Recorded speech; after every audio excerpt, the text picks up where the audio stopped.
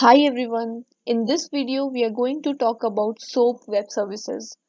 We have already talked about what are web services and we know that web services are divided into two categories.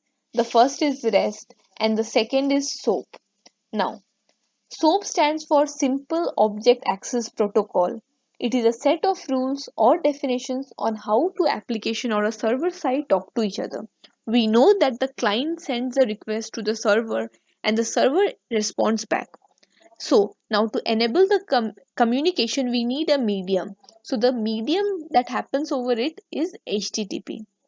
Now, let's look into the advantages of SOAP.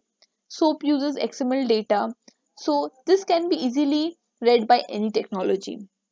Number second is SOAP protocol is universally accepted. So it is an industry standard approach for many available open source implementation. The third is it's platform independent, which is a very crucial feature. Number fourth is it is an operating system independent. So be it Linux, be it Windows, we can operate on any of the operating systems. Now, specification declaration. So whenever we need to write a SOAP web services, the specifications are laid down by W3C and it develops open standards for www, that is the World Wide Web. Now let's get into the structure of SOAP. Now, first thing is SOAP envelope. SOAP envelope is a root element in every SOAP message and it contains two child. First is header, second is body. The header is not mandatory, but the body is mandatory. Header is written wherever is required, and in the body, we generally give those information that are required to display to the response and send it back to the clients. Let's see this with the help of an example. So nowadays there's a huge lot of applications that are built using Python, Java, JavaScript. So the exchange of data between two applications is very crucial.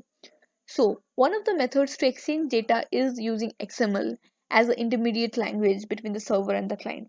So SOAP was designed to work with XML over HTTP. SOAP is an XML based industry standard protocol for designing and developing web services. So I hope you have understood what are SOAP web services, the advantages of them, the example, real life example, the structure, and who decides how to write SOAP web services. So I hope you find this video informative and you have learned something from this video. Thank you everyone.